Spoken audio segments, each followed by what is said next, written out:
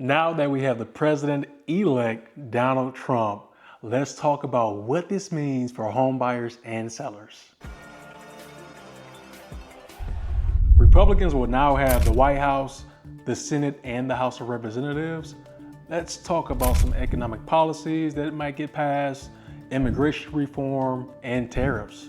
Now, some of Trump's economic policies will include tax cuts for corporations, no taxes on tips, and no taxes on Social Security. With all of those three in mind, the plan is to help stabilize inflation. Now, if you notice right after the election, the stock market kind of went up.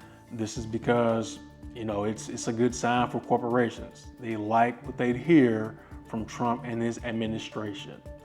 Now, these are all proposals. I would hope that these things can get passed.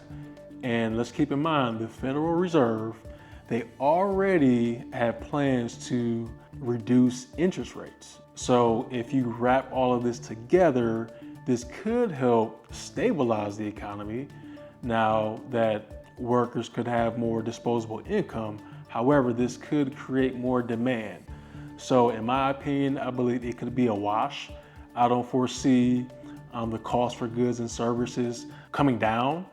But now we understand that for some of you home buyers, if you guys have been on the fence when it comes to potentially buying a home, your affordability for that home, it could become a reality.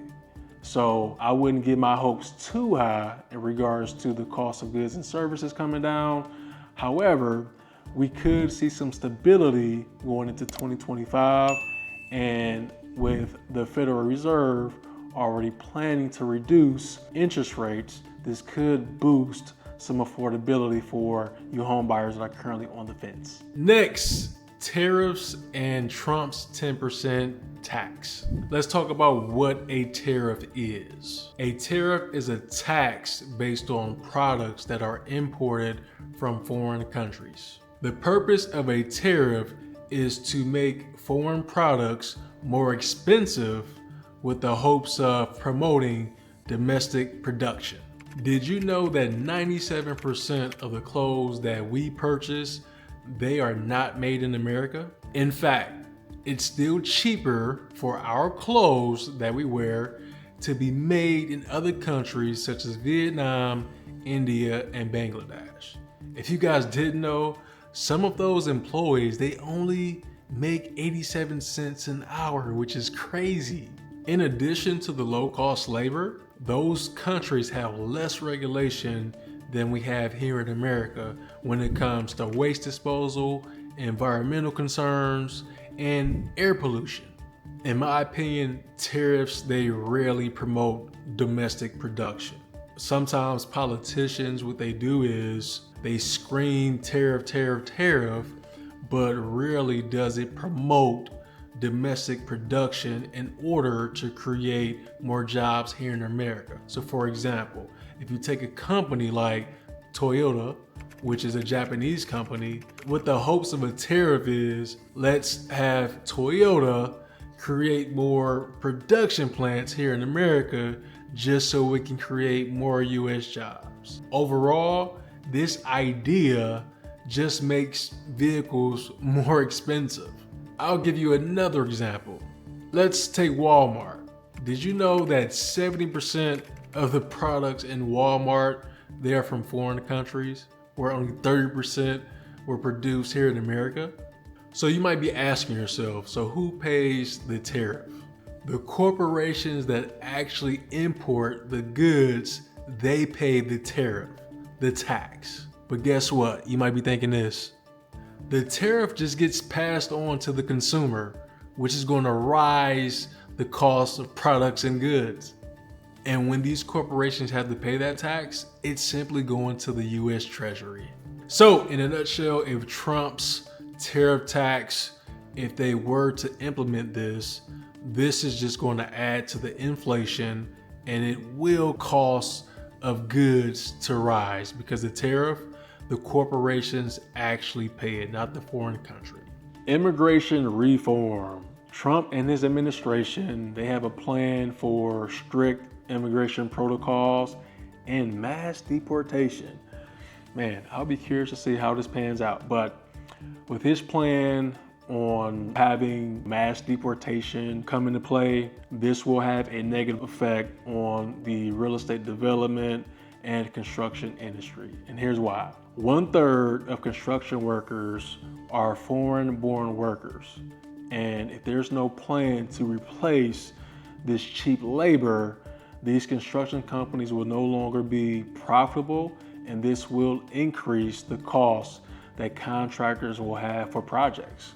So with that being said, if there's this plan for mass deportation, let's expect this to have a ripple effect on the real estate industry. Now, this is not to say that 1/3 of those workers are illegals, but this is something to keep in mind when we talk about real estate development and the type of workers that they have, building their projects. Now, we have to keep in mind that the house that you probably live in, you could have had a foreign tradesman. And it's more than likely that construction company, they were granted cheap labor for that project. So now expect these projects to cost more and for potential increase in the price for houses or products or whatever the case, because if there's no concrete plan for replacing that cheap labor, this could increase the cost for labor that now construction companies have to go out and find. So not a huge fan of mass deportation, but I am a fan of protecting our borders and doing what we can to just protect our country. So before I provide my closing remarks, I want to invite you to please like, share, and subscribe to my channel. We give you guys weekly episodes of all things real estate in Dallas. So if you guys are relocating to Texas, or if you are a first-time home buyer here locally, we would love to serve you. We serve the north, east, south, and west of Dallas. So if you guys have any questions about the real estate market, or if you're just curious about your home's true value, please click this link down below and we will be in touch with you to provide you that information at no cost to you. Also, home buyers, if you want some off-market opportunities where sellers are providing closing costs and some incentives and all of the bells and whistles, you are looking at the right guy. And look no further, I would love to meet you and serve you. And also, we could have a 15-minute coaching call just to see if I would be a great fit for you or your family. So in closing, we have talked about some of Trump's economic policies. We discussed the immigration reform and Trump's 10% tariff tax. Now, I'm in favor of some of the economic policies that Trump has when it comes to cutting taxes for corporations. The thought process behind that is that hopefully whatever tax cuts those corporations do receive, the extra monies that they have, they are reinvested into the corporation.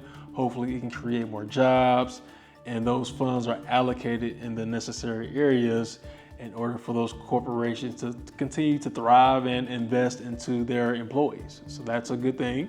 Also, I am not in favor of the mass deportation, but I am in favor of the border control and security and all of that good stuff.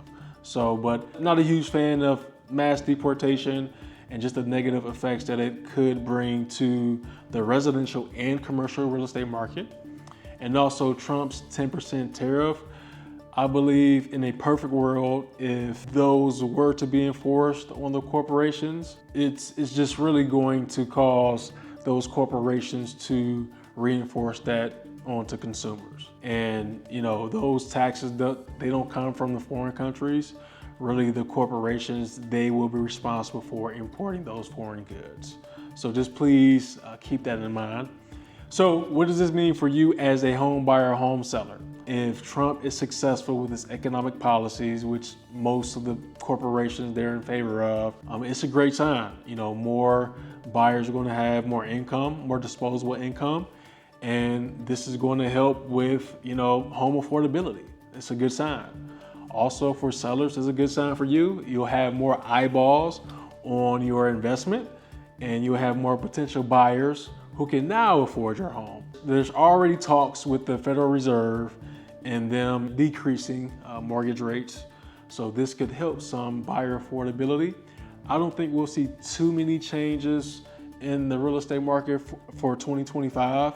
I think we'll just notice that we've had some buyers that, they were on the fence. They were waiting for something magical to happen, which, nothing magical is going to happen.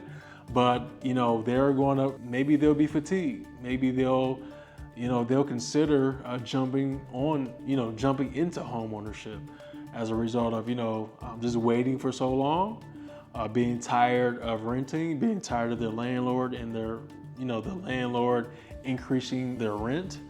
And that's a good sign. So for home buyers and home sellers, it's a great thing for you. The real estate market, huge fan of it. And also just the market in general, right? When it comes to stocks, the stock market, let's not discount that. We saw what the stock market did right after Trump was elected. So, hey guys, max out your retirement if you can. Do that, especially while Trump is in the office, because these big corporations, they are going to be in favor of everything that Trump is preaching and talking about. So that's my call to action to you guys. You can still be a homeowner under Trump's administration. Let's look at it from this standpoint. If Trump is successful with implementing some of his economic policies, and if the Federal Reserve, if they stay on track with these interest rate declines, it's a good sign for both home buyers and home sellers. So do not be discouraged. Outside of the stock market, the real estate market is still your friend. It's not about timing the market, it's time in the market. Let me share this quick stat with you guys. Did you know 100 years ago, the median home price, it was only $3,200? 100 years ago. Whereas today, the median home price, it's at $400,000.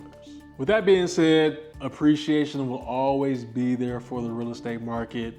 And the real estate market is simply waiting for you to show up if you're ready, willing, and able. So allow the real estate market and allow the stock market to be your best friend in 2025. I will see you guys on the next episode, and thank you guys for tuning in.